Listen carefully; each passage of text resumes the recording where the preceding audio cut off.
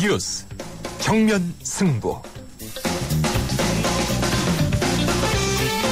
여러분 안녕하십니까? 94.5 YTN 뉴스 FM 강정훈의 뉴스 정면 승부입니다. 네, 6.4 지방선거를 앞두고 공천 전쟁이 아주 한창이죠. 그중에 말 많고 탈 많은 공천 문제가 바로 여성입니다. 새누리당은 서울, 종로, 용산, 서초구청장 후보 자리에 여성을 우선 공천하겠다고 발표를 했는데요. 이 지역에 나서려고 했던 새누리당 소속 남성 후보들은 마음만 썩히고 있다고 하죠. 그런데 후보로 나온 여성 후보 역시 좌불안석이라고 합니다. 여성 우선 공천제가 여성의 정치 참여 비율을 유지할 수 있는 유일한 수단이라고는 하지만 여기저기서 삐걱거리는 잡음이 끊이지는 않군요. 오늘도 강전의 뉴스 정면 승부는 yes or no 질문으로 시작합니다. 오늘 뉴스 정면 승부가 청취자 여러분께 드리는 질문은 이것입니다. 새누리당의 여성 우선 공천 공정합니까? 네, 강전의 뉴스 정면 승부 yes or no. 오늘 청취자 여러분께 드린 질문은 새누리당의 여성 우선 공천 공정합니까? 입니다. yes나 no라고 답하시고 의견도 함께 보내주시면 이 방송이 끝날 무렵 그 결과를 집계해서 알려드리겠습니다. 짧은 문자 50원, 긴 문자 100원의 유료 문자입니다. 우물정 0945번으로 보내주시기 바랍니다. YTN 라디오 어플리케이션 예스로 듣고 계신 분들도 계실 텐데요. 예스 게시판에 글을 남기셔도 됩니다. 의견 주신 분들 중에서 추첨해서 선물을 보내드리도록 하겠습니다. 세계 지성인의 필독지 월간 르몽드 디플로마티크 3개월 구독권 그리고 맥스무비 영화 예매권을 준비하겠습니다. 네, 오늘 94.5 YTN 뉴스 FM 강존의 뉴스 정면 승부 들어갑니다.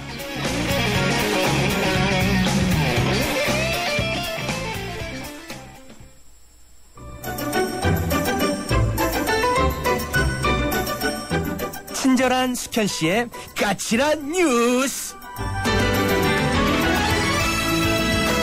네, 친절한 숙현 씨, 시사 칼럼니스트 이숙현 씨 나오셨습니다. 안녕하십니까? 네, 안녕하세요. 네, 오늘 새정치민주연합의 안철수 공동대표가 국회에서 교섭단체 대표 연설을 가지지 않았습니까? 네. 어떤 내용이 들어가 있습니까?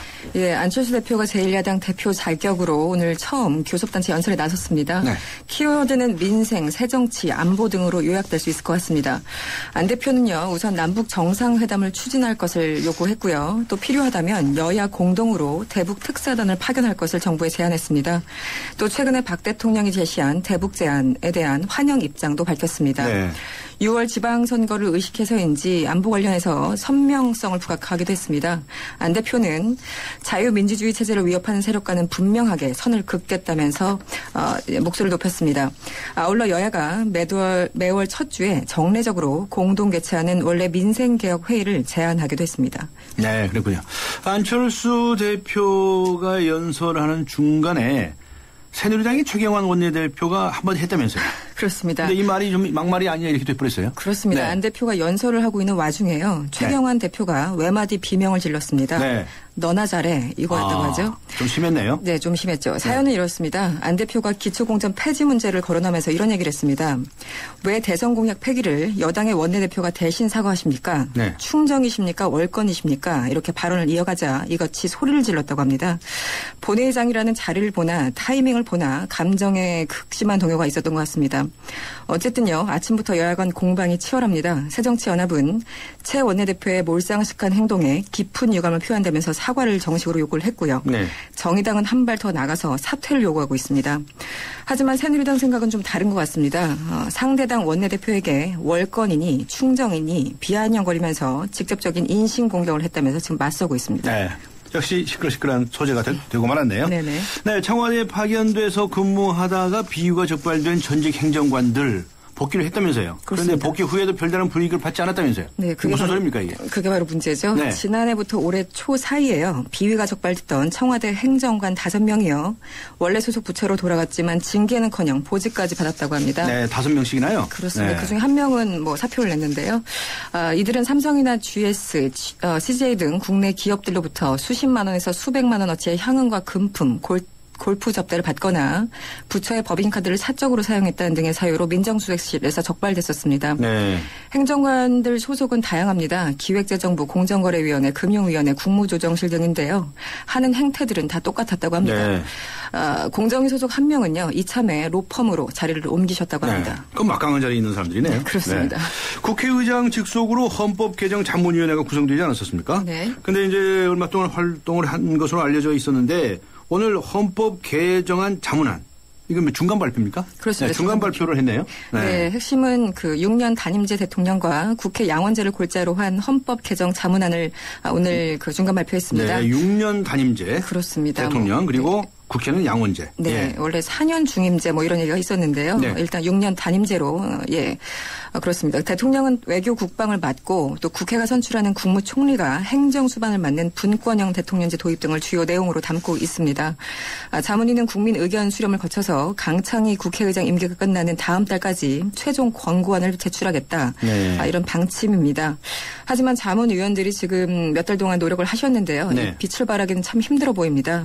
왜냐하면 지난 대선 당시에 박 대통령은 집권 후 4년 중임제 등에 대해서 개헌을 추진하겠다라고 약속을 했지만 네. 지난 1월에는 블랙홀이 될 것이라면서 선을 그은 바가 있습니다. 네. 개헌도 이건 하긴 해야 되는데 하여튼 이제 시기적으로 언제 어떻게 하느냐의 문제 아니겠습니까? 네. 지켜봐야 되겠네요. 네네. 알겠습니다. 보건복지부의 실장급 간부들이 일괄 사표를 제출했다 하는 언론 보도가 있지 않았습니까? 네. 근데 복지부에서는 사실이 아니라고 한다면서요. 이거 무슨 소린가 이건데? 네, 오늘 한 조간신문에서 밝힌 내용인데요. 예. 대통령의 대표 복지 공약이죠. 기초연금법이 지금 국회에서 막혀 있습니다. 여기에 대해서 책임을 지고 보건복지부 실장급 간부들이 일괄 사표를 제출했다 이렇게 네. 보도를 한 겁니다. 네. 하지만 복지부는요. 공식적으로 사실 무근이라고 밝혔습니다. 그런데요. 기획재정부나 해양수산부 등 일부 경제부처에서는요. 네. 최근 조용하게 고위 공무원들의 사표를 받아놓고 있다고 합니다. 아, 그래요? 네네. 네. 이 장차관 개각이 없는 상태에서요. 어떤 약간 분위기 쇄신 차원도 있는 것 같습니다. 어쨌든 오늘 복지부의 공식 설명이 사실인지 아닌지 조금 네. 지나면 확인할 수 있을 것 같습니다. 네. 조금 지나면 알 수 있겠네요. 네. 네. 알겠습니다. 백령도와 경기도 파주에서 무인 항공기라는 게 발견되지 않았습니까? 네. 근데 이게 어떻게 결국 이제 북한에서 제작한 것으로 결론이 난 것 같습니까? 네, 그렇습니다. 최근 그 무인 항공기가 잇따라 발견되면서요. 예. 군 당국에 비상이 걸렸습니다. 네. 정부는 일단 두 개 모두 북한의 소행으로 결론을 내린 것으로 전해졌습니다. 북한의 소행? 네. 네. 혹은 북한이 만들었거나 뭐 둘 중에 하나겠죠. 네. 어쨌든 국방부 관계자가 오늘 브리핑을 가졌는데요. 카메라가 부착된 소형 무인기로 실시간 영상 송수시는 불가하다면서 카메라로 영상을 촬영한 이후에 회수하는 방식으로 초보 수준의 정찰용 무인기로 판단된다고 설명을 했습니다. 네. 특히 지난달 파주에서 발견된 무인기에는요. 북한에서 쓰는 용어가 쓰여 있고 네. 이동 경로가 북쪽이었다는 점 등을 근거로 들고 있습니다. 무인 항공기는 초저고도로 비행을 하기 때문에 레이더에 잘 잡히지 않는 데다가요. 잡힌다고 하더라도 새떼와 구분이 어려워서요. 네. 포착이 상당히 어렵다고 합니다. 아, 그건 새떼 예. 날아다니는 새떼하고 그렇죠. 구분이 어렵다는 네. 얘기군요. 알겠습니다. 오늘 말씀 여기까지 듣겠습니다. 감사합니다. 고맙습니다. 네, 지금까지 시사 컬럼니스트 이숙현 씨와 함께 했습니다. 지금 시각은 6시 18분을 가리키고 있습니다. 이 시각 교통 상황 어떤지 알아보지요. 김미란 캐스터입니다. 네, 뉴스 정면 승부 교통정보입니다. 4월의 시작과 함께 곳곳에 봄꽃들이 개화하고 있습니다. 내일부터 오는 13일까지는 여의도 봄꽃 축제가 열립니다. 서강대교 남단부터 여의교 북단까지 국회의사당 뒷길과 엘림주차장 입구부터 여의 하류 나들목 구간이 전면 통제됩니다. 축제로 교통 혼잡이 예상되는데요. 미리 대중교통을 이용하시는 게 좋겠습니다. 현재 도심이나 간선도로 위로 퇴근길 정체가 시작이 되고 있습니다.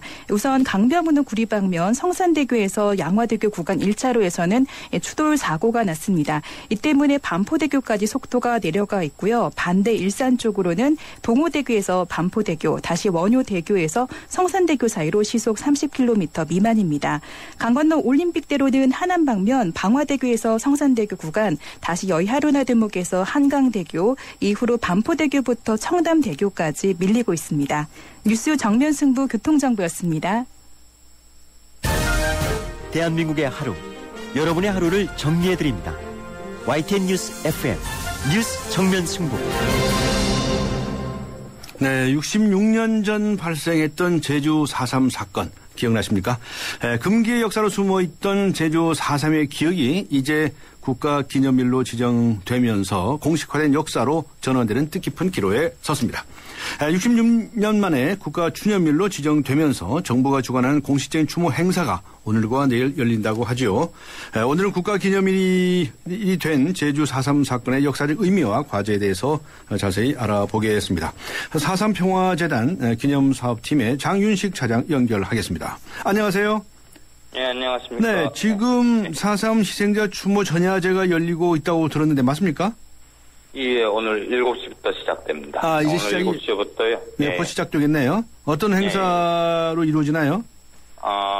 이것은 그 4.3 희생자 추념일이 이제 법정 기념일이 지정된 것을 기념해서, 도민들에게 좀 희망을 안겨주자는 의미에서 희망 콘서트라는 이름을 달고 전야제 행사를 치릅니다. 이 행사에는 우리 대중적으로 잘 알려진 것 대중가수인 양희은 씨, 심수봉 씨, 강산혜 씨 등 그런 대중가수들과 그다음에 도민들에게 예술적 감흥을 전해줄 수 있는 여러 예술가들이 나와서 공연을 펼치고 있습니다. 알겠습니다.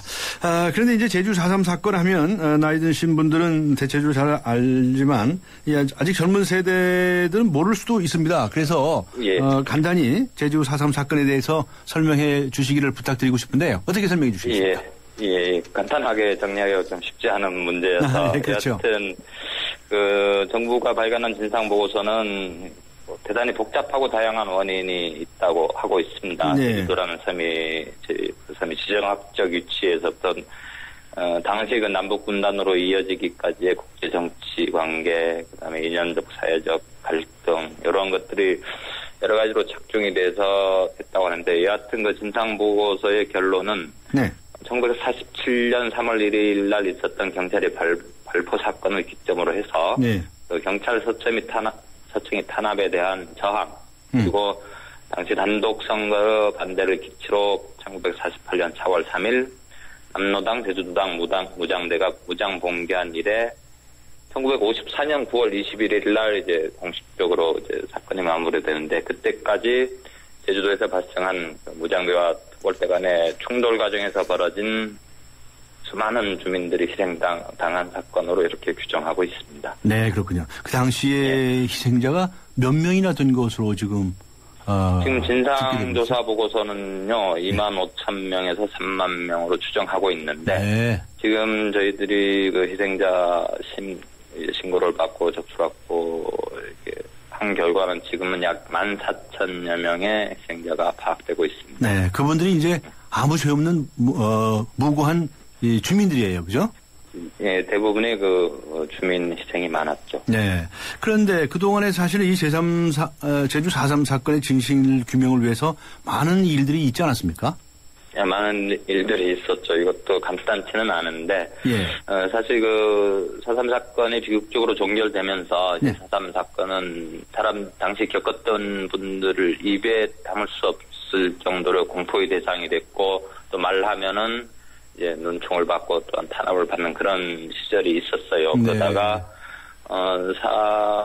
1960년 4.19 혁명이 일어나니까 당시에 민간인 학살, 양민 학살에 대한 진실 규명이 있어야 된다는 움직임이 제주도 학생을 중심으로 있었죠. 근데 다 아시다시피 바로 뒤태의 5.16 군사 쿠데타가 일어나면서 그게 좌절이 되죠. 그 다음에 한 20-30년을 침묵으로 일관할 수밖에 없었는데 1978년경에 제주도 출신의 소설가 현기영 선생님이 순리 삼촌이라는 소설을 내면서 다시 부각을 시키죠.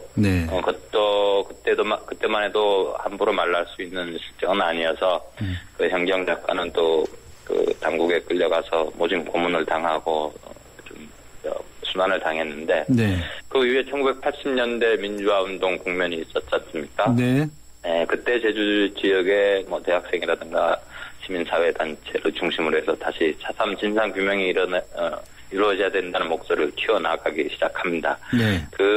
그러한 연장선상에서 꾸준히 그런 진실 규명 움직임이 있었고 1989년에 시민사회 단체를 중심으로 한 4.3 추모제를 처음 열었는데 그때도 뭐 추모제를 열었다는 이유만으로 좀 단합도 있었고 했는데 그래도 계속 진행했고 마침내 1994년에 제주도 의회 즉 공식 기관에서 처음 이제 4.3에 대한 조사가 이루어진다 그래서 직접 조사를 합니다. 네. 그러한 조사 결과를 토대로 제주도민이 국회 청원 운동 이런 것들이 지속되면서 1999년에 여야 만장일치로 4.3 특별법이 통과되고 2000년 1월 12일 날 김대중 대통령이 4.3 특별법에 서명하면서 이제 진상규명의 궤도에 오르게 되죠. 네. 그 이후에 그 법에 의해서 2003년에 진상보고서가 확정되고 그다음에 당시 고 노무현 대통령이 제주도민의 그 피해에 대해서 국가공권력이 과도한 진압에 의해서 하는 희생이 있었다. 죄송하다. 유족들의 명복을 빈다. 이런 공식 사과 말씀이 있었습니다. 네, 참 오랜 세월의 역정들을 아주 간단하게 요약을 잘 해주셨는데 참 이 4.3 유족들과 도민들께서 끊임없이 노력하신 결과네요. 그렇죠. 네, 그동안에 수고가 많으셨고요. 오늘 이제 첫 번째 공식 추모 행사가 이제 전야제가 진행되고 있다고 하는데 도민들의 그 반응은 어떻습니까? 도민들의 반응은 한마디로 환영 일색이죠. 한마디로 하면은 여야 정치권을 넘나들어 이제 추념일 지정을 요구를 했었고 네. 또 지정이 되니까 환영하는 그런 논평도 내고 도민사회는 반기고 있는 입장입니다. 그렇군요. 그 내일은 이제 4.3 희생자 위령제가 열립니까? 예, 그렇습니다. 네. 내일 오전 10시부터 시작됩니다. 위령제가 열리고. 네. 그런데 이제 4.3 유족회에서는 대통령이 추념식에 꼭 참석해달라 이런 요청을 건의를 하기도 했었죠? 예. 예. 국가 법정기념일로 지정되면서 대통령님이 참석해서 그동안 이제 쌓였던 유족들의 한을 위로해주고 이렇게를 당연히 그렇게 하리라고 이렇게 생각했던 측면도 있습니다만은 그런 움직임이 없어서 참석해달라는 이런 요청도 하고 했던 걸로 알고 있는데 네. 아마 요즘 최근에 벌어진 어떤 여러 가지 사정에 의해서 대통령님은 참석을 못하시고 네. 정홍원 국무총리님께서 내일 참석하신다고 들었습니다. 네, 알겠습니다. 이제 이 추념일인 제정이 됐고 이번에 이제 첫 행사가 이루어지고요. 그리고 앞으로도 여러 가지 일들이 필요하지 않을까 싶은데 어떤 조치들이 필요하다고 보십니까? 일단 앞으로 그 전에 이제 추념일 지정의 의미를 간단히 살펴보면요. 일단은 네. 국가의 공식 역사로 확실히 자리매김되었다. 그래서 네. 당시 무고하게 희생당한 희생자, 그동안 가슴앓이를 했던 유족들이 명예회복에 전기를 마련했다고 생각을 하고요. 예. 또 한 나라의 법정 기념일로 지정됐다는 것은 우리 대한민국 내의 국민들의 관심을 증폭시키는 것은 물론이고 해외 각국에서도 이런 관심이 좀 더 확대되는 계기가 되지 않을까 하는 생각을 갖습니다. 그런 의미에서 앞으로도 이렇게 공식적으로 정립된 역사를 후세대에게 올바로 교육시킬 수 있는 시스템을 구축하는 건 앞으로의 과제라는 생각이 들고요. 네. 그리고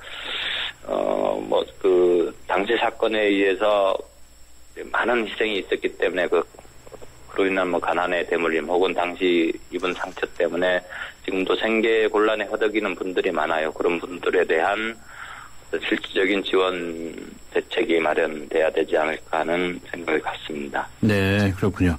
그동안에도 참 고생이 많으셨는데 이 진실 규명 작업은 어떻습니까? 지금 상황이 어떤가요? 네, 일단 2003년에 진상 보고서가 정부 차원에서 나왔습니다. 그게 그 보고서에 의해서 지금까지 그 진실 규명은 어느 정도 일단락됐다고 생각합니다. 다만 네. 당시 진상 보고서 작성 당시에 아마 기간이라든가 인력이라든가 이런 사정 때문에 세밀하게 다루지 못한 피해 실태 조사를 그 실태 조사가 필요하다는 그 여론이 있었고요. 네. 그런 것들에 대해서는 지금 4.3 평화재단이 추가 진상조사단을 꾸려서 마을별 피해 조사라든가 행방불명 피해 실태 등에 대해서 네. 조사를 진행해 나가고 있습니다. 네, 그렇군요. 마지막으로 이 4.3 사건이 우리에게 주는 메시지라고 할까요? 어떤 점이 있다고 정리해 주시겠습니까? 일단은 해방 직후에 벌어진 사건입니다. 그러니까 대한민국 정부는 수립 이전에 이제 발발했던 사건이고, 예. 즉 한 나라의 틀이 채 잡히기 전에 그런 혼란기에 일어났던 사건인데, 그러한 혼란기에 일어났던 사건으로 인해서 그야말로 무고하게 혹은 무분별, 무차별하게 많은 사람들이 희생됐단 말입니다. 이런 것들을 이제 국가 공권력이 잘못에 의했던 어떤 상황이었던 간에 무고하게 많은 민간인이 희생당하는 사건이 다시는 벌어지지 않기 위해서 인권과 어떤 평화의 가치를 좀 더 함양시키고 존중하는 세상을 만드는데 이번 법정 기념일 지정이라든가 4.3 사건의 교훈으로 삼아야 되지 않을까 그런 생각을 갖습니다. 네, 알겠습니다. 수고하셨습니다. 오늘 여기까지 듣겠습니다. 감사합니다. 감사합니다. 지금까지 4.3 평화재단 장윤식 기념사업팀 차장과 함께 했습니다. 오는 4월 30일 YTN 라디오가 개국 6주년을 맞아서 기아 대책과 함께하는 특집 모금 방송 나누면 행복한 라디오 쇼를 방송합니다. 저소득층 아이들에게 희망의 끈을 이어주기 위해서 마련된 이번 특집 방송은 무엇보다 여러분의 참여가 큰 힘이 되는데요. ARS 060-700-0770번으로 전화하시거나 아동결연 상담번호 02-2085-8257번으로 문의하시면 희망 나눔에 동참하실 수 있습니다. 4월 30일 오전 10시 YTN 라디오 개국 6주년 기념 특집 생방송 나누면 행복한 라디오쇼 여러분의 많은 관심과 참여 바랍니다.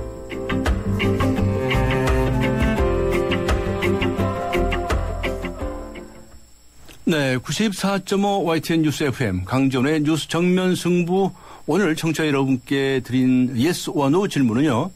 새누리당의 여성 우선 공천합니까? 라는 질문이었죠. 6366님께서는 제 의견은 노입니다. 라고 적어주셨네요. 도덕성과 행정관리 능력이 우선돼야 한다고 생각합니다. 라고 적어주셨고요.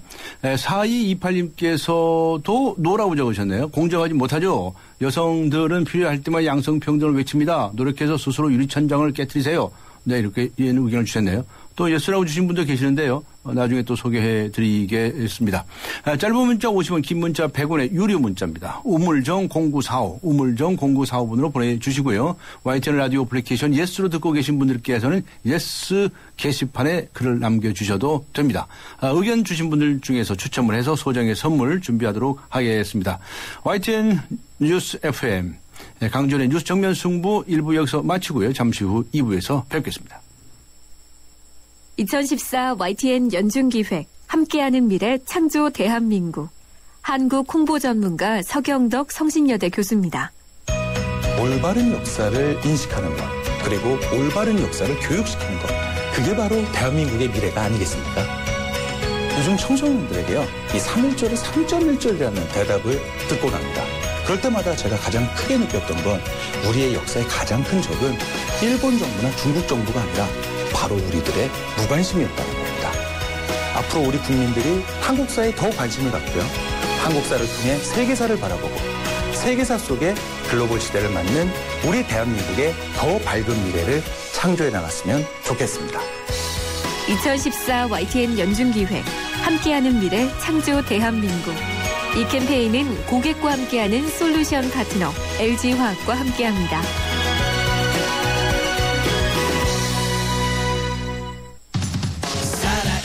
뉴스 깨어있는 방송 한국의 뉴스 채널 YTN 뉴스 FM 네, 94.5 YTN 뉴스 FM 강전의 뉴스 정면 승부 2부입니다. 오늘 여러분께 드린 Yes or No 질문은 새누리당의 여성 우선 공천 공정합니까? 라는 것이었는데요. 9972님께서는 예스라고 적으셨군요. 여성이 우선 공천 받는다고 해도 능력 되는 남자들은 상관없지 않겠어요? 공천 받냐 못 받냐는 개인의 능력 문제입니다. 라고 적으시군요.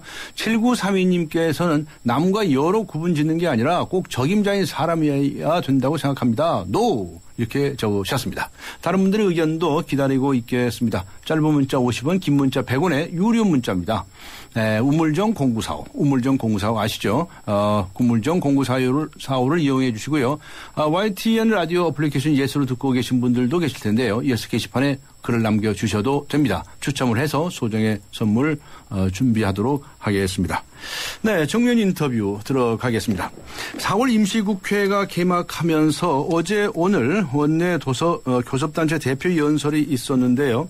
여야가 대표 연설을 통해서 여러 가지 정책들에 관해서 이야기를 했습니다. 오늘은 여야 각 당의 대변인을 통해서 4월 임시국회 방향 어떻게 향해 갈 것인지 입장을 듣는 시간을 마련했습니다. 먼저 새누리당입니다. 강은희 원내 대변인 연결하겠습니다. 안녕하세요. 네, 안녕하세요. 강은희입니다. 네, 오늘 안철수 새정치민주연합 공동대표가 대표 연설을 했죠. 네. 어떻게 평가하십니까? 경제보다는 복지, 통일보다는 안보에 방점을 뒀다고 보는데요. 네. 예, 이런 부분은 우리 새누리당의 정강정책과도 많이 닮은 부분이 있습니다. 다만 안철수 대표께서 현재 국회에 계류되어 있는 많은 법이 복지와 안보에 관련되어 있는데도요. 네. 이 상황에 대해서 제대로 좀 파악을 하고 계시는지 네.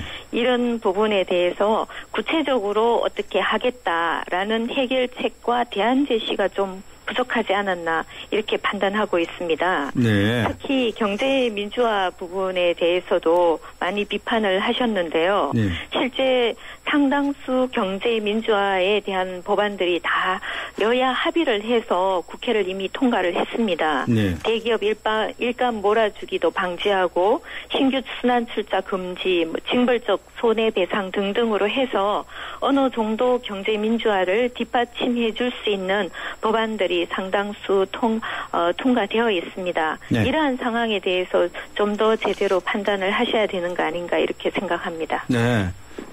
그래서 그냥 너나 잘해 이야기가 나와버린 겁니까?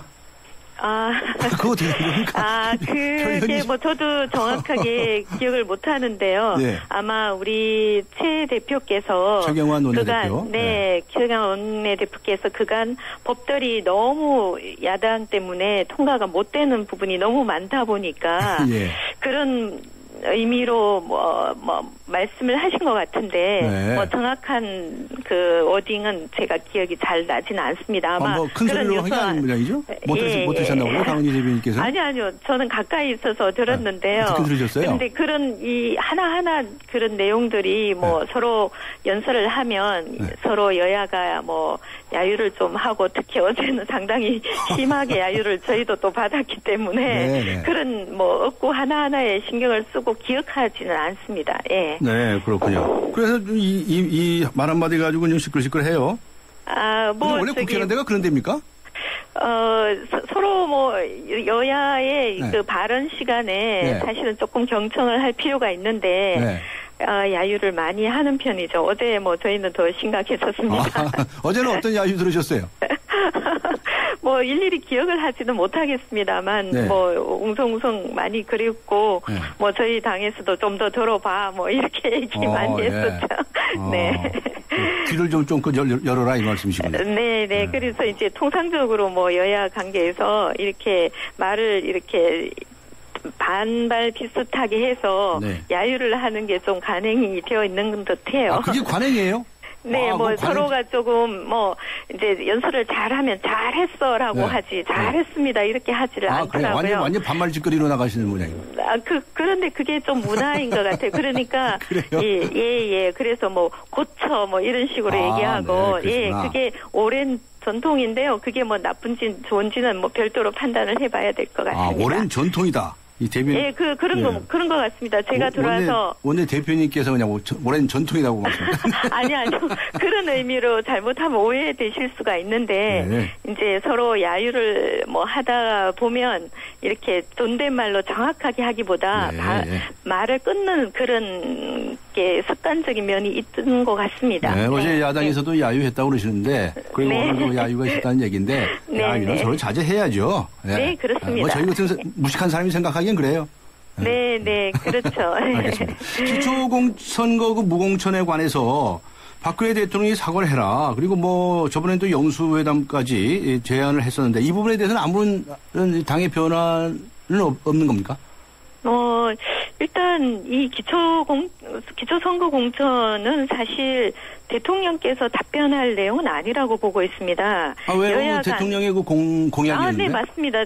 비록 대선 공약이긴 하지만 네네. 여야 간 정치적인 문제이고요. 만약에 대통령께서 이 부분에 대해서 개입을 하시게 되면은 선거에 영향을 미칠 수도 있습니다. 어떤 답변을 하시냐에 따라서요. 네. 그렇기 때문에 지금 선거를 앞두고 대통령께서 여기에 대해서 뭐 특별한 말씀을 하시는 것 자체가 올건이 될 수도 있고 또 어떤 요구를 하시는 것조차도 어떤 특정한 행위를 강요할 수도 있는 부분이 있기 때문에 대통령께서 언급을 하시는 것은 지금 현재 입장에서는 맞지 않고요. 이거는 여야가 국회에서 해결을 해야 될 문제라고 보고 있습니다. 보통 과거 민주당에서도 이런 문제가 있으면 왜 새누리당은 대통령 입만 쳐다보고 있냐 이렇게 공격을 많이 하는데 이것도 역시 마찬가지입니다. 야당에서도 거꾸로 이 문제를 대통령에게 다 입만 대통령의 뜻만 쳐다보고 있는 거꾸로 된 형태는 하면 안 되는 것 같습니다. 알겠습니다. 어쨌든 여야 간에 최대한 협의를 하고 논의를 해야 될 문제라고 보고 있습니다. 알겠습니다. 이번 임시국회 원만히 잘 해 나가실 예정이신지 그거 좀 물어보려고 그랬는데 시간이 많이 지났어요. 어떻게 이번 임시국회에서 최우선 과제로는 어떤 것을 뽑고 계시고요? 이번 임시국회에서는 이제 싸움박질을 좀 그만한다든가 이런 얘기 안 나옵니까? 네, 저희는 그걸 많이 기대하고 있습니다. 특히 안철수 대표께서 가장 강조한 게 민생 정치라고 하셨기 때문에 민생을 잘 하려면 어떻게 해야 되겠습니까? 민생에 관련된 법안들이 계류되어 있는 것을 가장 먼저 심의해서 국민들께 그 법을 통과시켜서 실천할 수 있도록 해주는 게 민생 정치 아니겠습니까? 그거를 먼저 실천해 주시고 정말 좀 더 하시고 싶으면 좀 더 저희가 제안하는 것보다 더 좋은 혜택을 주시고 싶으면 재정안이나 이런 부분들도 면밀히 검토를 해서 과연 현실적으로 현 재정 상황에서 가능한지도 검토를 해서 이런 부분들을 서로 맞춰 가야 된다고 보고 있습니다. 그래서 특히 이번 4월 국회는요. 기초연금과 함께 복지 3법을 빨리 통과시켜 줘야지 그게 대해서 기다리고 있는 국민들에게 직접적으로 제도를 실행할 수 있습니다. 그리고 북한인권법도 아주 심각하고요. 그리고 원자력 방호 방제법, 원자력 안전법, 개인정보보호법 이런 것들은 실제로 곧바로 민생입니다. 민생을 지키기 위해서 이러한 법들이 야당의 좀 초당적인 협조를 저희가 늘 간청을 드리고 있습니다.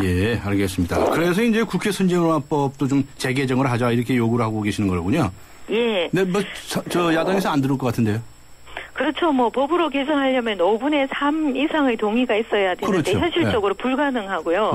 그래서 저희가 자선책으로 내놓은 것이 일단 원로회의라도 한번 만들어 봐서 여야가 조금 더 서로 자제하는 입장에서 현안들을 좀 보고 정치 경륜을 좀 많이 적극 활용해서 후배 정치인들한테 좀 조언도 해주는 형태로 해서 이 꽉 막힌 전국을 좀 트여보자.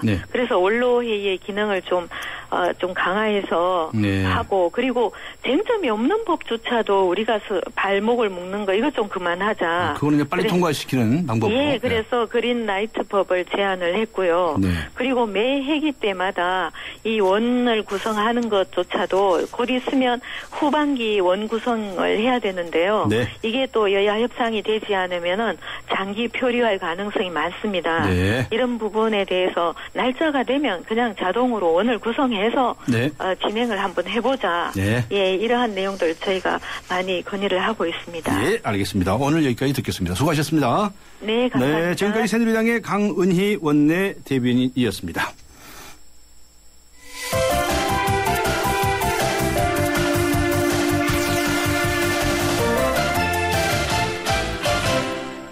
네, 이번에는 새정치민주연합의 한정혜 대변인 연결하겠습니다. 안녕하세요. 네, 안녕하세요. 오늘 안철수 공동대표의 교섭단체 연설 있었죠? 네, 있었습니다. 네, 그런데 연설 도중에 한마디 들었더라고요. 네. 어떤 분이 한 말씀 하셨습니다. 네, 어떤 분이 한 말씀 하셨는데, 그거 아주 격렬하게 지금 항의하고 계시죠? 너나 잘해, 이 한마디가. 최경환 원내대표께서 너나 잘해 이렇게 말씀을 하셨는데 사실은 최경환 원내대표뿐 아니라 굉장히 많은 새누리당 의원들께서 우리가 이제 흔히 말하는 좀 이제 야지라고 하죠. 야유요. 그거를 좀 그 연설 내내 하셨어요. 굉장히 저희가 이제 품위 있고 좀 격조 있는 의회 정치 문화 만들어 나가자라고 하는데 어쨌든 국정의 파트너라고 할 수 있는 야당의 대표가 어쨌든 국정과 관련된 해법과 관련해서 이런저런 말씀을 연설을 하시는데 거기에다가 그렇게 대응하시는 것은 정말 좀 부끄럽다 이런 생각이 들었습니다. 네. 그런데 앞에 말이죠. 새누리당의 강은희 원내대표하고 인터뷰를 했었는데요. 강 대변인 말에 의하면 어제 최경환 원내대표 연설할 때도 야당에서 야유를 많이 했다는데요. 야당에서 야유가 그렇게 많이 나오지 않았습니다. 어제 저희가 굉장히 많이 참을 인자를 좀 써가면서. 많이 참으셨어요? 예, 참을 인자를 써가면서 그래도 4월 국회를 열어서 여러 가지 법안도 처리를 하고 해야 되는 것이 많은데 우리 많이 좀 참자라고 해서 많이 참으셨습니다. 많이 참으셨어요? 네. 하여튼 양쪽 얘기를 다 들어봐야 된다니까요. 예. 근데 강 대변인 말에 의하면 그렇게 야유 놓고 하는 게 무슨 아주 오래된 전통이라고 말하던데요. 그래서 국회가 원래 그런데 사실은 지난 3월 말경에 저희 중진 의원님들께서 이메일도 이렇게 보내고 이렇게 하셔서 4월 국회부터는 그렇게 하지 말자. 예, 그렇게 하셔서 저희가 그 공감대를 가지고요. 그래서 저희는 이제 참고 좀 들었죠. 참았습니다. 알겠습니다. 기초공천, 무공천 공약 문제, 이거 관련을 해서, 어제 최경환 원내대표가 사과를 하지 않았습니까? 근데 지금 야당에서는 그거 가지고 안 되겠다는 거죠. 대통령이 또 사과하라, 직접 나서라 이런 이야기인데, 만일에 대통령이 이 문제에서 나서게 되면 이번 선거에 영향을 미치게 될 수가 있다. 대통령의 선거의 중립성 문제 때문에요. 그런 얘기를 하는데 어떻게 생각하십니까? 청와대가 지금 선거에 사실은 중립성을 해치고 보이지 않는 개입을 하고 있다라고 하는 의혹은 많이 있지요. 행정관이 면접 공천을 한다. 오늘은 어떤 비서관 한 분이 그만두시고 김황식 캠프로 들어간다. 이런 박심 논란이 있으신데 오히려 이것은 정치에 개입한다 또는 지방선거에 개입한다가 아니라 지난 정치의 기본을 세우는 것이죠. 첫 번째 덕목인데요. 국민과의 약속을 지키는 것이 어떻게 정치에 개입하는 것이 또는 선거에 개입하는 것이 되겠습니까? 그래서 약속을 지키겠다라고 하는 것을 천명하는 것이기 때문에 선거에 개입하는 거 아닙니다. 이 건이야말로. 그래서 계속해서 대통령이 사과를 주장을 하시는 거죠? 사과보다도 저희는 약속을 좀 지켜주셨으면 좋겠다는 생각을 합니다. 약속을 지켜라? 강은희 대변인께서 그 말씀을 하셨는지는 잘 모르겠습니다만 새누리당이 공약 가계부라고 하는 걸 만들어 놓은 것이 있거든요. 지난 대선 때 이제 주요 공약들을 실현 가능성, 지속 가능성, 재원 조달 가능성 요 세 가지 원칙 하에 공약 가계부를 이제 조금 허름하긴 합니다만 만들어 놨는데 이 기초선거 관련한 공천 폐지 또는 무공천과 관련한 것은 실현 가능성은 바로 하면 되는 것이고 지속 가능성 역시 되는 것이고 재원 조달 가능성 돈 하나도 들어가지 않는 것이고 사실은 바로 공약으로서 100% 이렇게 실천하실 수 있는 것인데 왜 하지 않는가. 지난 대선에서 지방자치의 중앙정치 예속을 막아야 된다. 기초선거 관련해서 비리공천 폐해 막아야 된다. 그래서 정당 공천하지 않겠다라고 하는 그 약속이 왜 저희는 갑자기 실종되는가. 그래서 그 약속은 좀 지켜주셔야지만이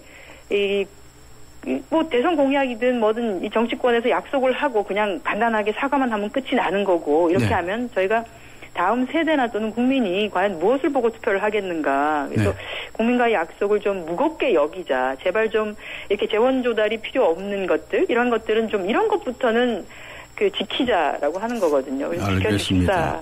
요청드립니다. 그래서 새정치민주연합에서는 아주 이 문제를 가지고 강공으로 나오시는 것 같은데 지금 일부 의원들은 농성에 들어갔죠? 그리고 장외투쟁도 하고. 네. 네. 그래서 뭐 이렇게 입법화를 해라. 기초공천 폐지를 위한 입법화를 지난 정치개혁 특위를 만들었지만 사실은 새누리당에서 거의 거부를 해서 공전하다가 그냥 끝이 난 상황인데 4월 국회에서 이것이 정리가 될 수 있으면 어쨌든 이번 지방선거를 약속을 시키는 선거로 하는 거니까 이번 임시국회에서 그거 해야 되는 거 아니냐 이렇게 해서 하는 거죠. 다수당은 저쪽인데 저쪽에서 응하지 않으면 안 되는 거죠. 네, 좀 자꾸 저희한테 발목 잡는다고 하지만 이게 발목을 잡는 건 아니지 않습니까? 이건 약속을 지키는 차원인데. 알겠습니다. 자, 임시국회가 이제 열렸는데 말이죠. 이번 임시국회는 이번 민생을 우선으로 하는 국회로 하겠다고 그러지 않으셨습니까? 어떤 법안 같은 것들을 이게 아주 특별하게 관심을 가지시고 꼭 통과시켜야 된다 이렇게 생각하시는지요? 간단히. 저희가 이제 구체적으로는 사실 얼마 되지 않은 전에 있었던 세모녀 자살 사건 같은 경우에 이게 이제 어떻게 보면 우리가 사각지대에서 나타날 수 있는 일이거든요. 그런데 이런 일이 더 이상 발생하지 않는 사회를 만드는 것이 정말 중요하지 않습니까? 정치가 해야 되는 일이고 그래서 이것을 방지하기 위한 저희가 복지 관련 3법을 지금 제안한 게 있습니다. 발의한 게 있습니다. 그리고? 이것들 하고요. 그리고 또 이제 저소득층 밀집 지역 학교를 지원하기 위한 교육적 격차 해소법, 또 방과 후에 또 방치되는 아이들이 없도록 하기 위한 방과 후 아동 청소년 돌봄법 이런 것들을 좀 추진했으면 좋겠다는 거고요. 또 하나는 지금 아주 급한 급선무 중에 하나인데 82주째 계속적으로 상승하고 있는 전월세가 있습니다. 그래서 어떻게 보면 이제 서민들이 가장 뼈아프게 느끼고 있는 것이기도 하고요. 그렇기 때문에 전월세 상한제법이라든지 임대주택 등록제를 제도화하는 거 이런 법안 개정들도 역시 4월에 좀 됐으면 좋겠다는 거고요. 또 하나는 공직자 또는 국회의원과 관련된 정치개혁의 법안 중에 하나이죠. 우리 김영란법으로 알려져 있습니다. 그래서 부정청탁 금지 및 공직자의 충돌법 이것도 이번 4월 국회에서는 꼭 좀 처리해서 국회가 또는 정치권이 자정 노력을 어쨌든 계속적으로 한다라고 하는 거 이것을 좀 같이 처리를 했으면 좋겠습니다. 김영란법 그거 빨리 통과시켜야 됩니다. 네, 그거 해야 됩니다. 그런데 앞에 몇 가지 법안을 말씀하셨는데 새누리당에서 이제 몇 가지 꼽았는데요. 기초연금에 관한 거라든가 북한인권법 이런 데 몇 가지 꼽았는데 이제 중점을 주신 법안이 좀 다르네요. 이게 기초연금법도 역시 마찬가지로 들어갑니다. 기초연금법은 이미 2월부터 저희가 이제 민생현안법으로 들어가 있었기 때문에요. 시간이 다 돼가지고 한 가지 정도 여쭤보겠는데 국회 선진화법하고 관련해서 이 법이 이제 이걸 재개정하자고 나오지 않았습니까? 근데 이거 뭐 통과될 것 같다고는 통과될 것 같지는 않다고는 스스로 얘기를 하네요. 강 대변인께서도. 근데 그 원로 회의 같은 거는 좀 빨리 좀 만들자 이런 얘기를 강조해서 말씀하시던데 어떻게 생각하시나요? 근데 저희가 이제 수치로 제가 한번 말씀드리고 싶어요. 박근혜 정부 1년 차에 지난해 처리된 법안이 약 700건 정도 됩니다. 이거는 이제 노무현 정부 1년 차에 처리된 게 306건, MB 정부 1년 차에는 314건, 2배가 넘어요. 그래서 이게 법안이 안 된다가 아닙니다, 사실은. 오히려 더 많이 국회 선진화법 때문에 실질적으로는 더 많이 잘 되고 있다. 작년에도 보니까 맘만 먹으면 후닥닥 하시더구만요. 그래서 국회 선진화법이 사실은 국회 마비법이라고 하시는 최경환 원내대표 발언은 사실이 좀 왜곡되어 있는 것이고요. 이 정부 여당이 조금 책임성 있게 지난 핵 방어 방제법 같은 경우에는 그게 정부 여당의 사실은 지도부가 원내 지도부가 사실은 다 외유 중이어서 실질적으로는 추진이 잘 안 된 거거든요. 그래서 시간이 다 돼가지고요. 항상 저는 시간이 모자라요. 그렇군요. 말씀을 잘하셔가지고요. 여기까지 듣겠습니다. 감사합니다. 고맙습니다. 고맙습니다. 지금까지 새정치민주연합의 한정혜 대변인과 함께했습니다. 해나루 하나면 돼 식탁 가득 행복해 좋아 해나루 잘 지내 나루 쌀에 감자 사과도 있어 당진 해나루 우리 집 건강 지킴이 행복 지킴이 당진 해나루 당신을 위한 참 좋은 먹거리 당진 해나루. 94.5 YTN 뉴스 FM 강지원의 뉴스 정면 승부가 오늘 청취자 여러분께 드린 질문 Yes or No 질문은요. 새누리당의 여성 우선 공천 공정합니까? 였지요. 여러분들이 의견을 보내주시고 계십니다. 2부에 마치고요. 3부에서 뵙겠습니다.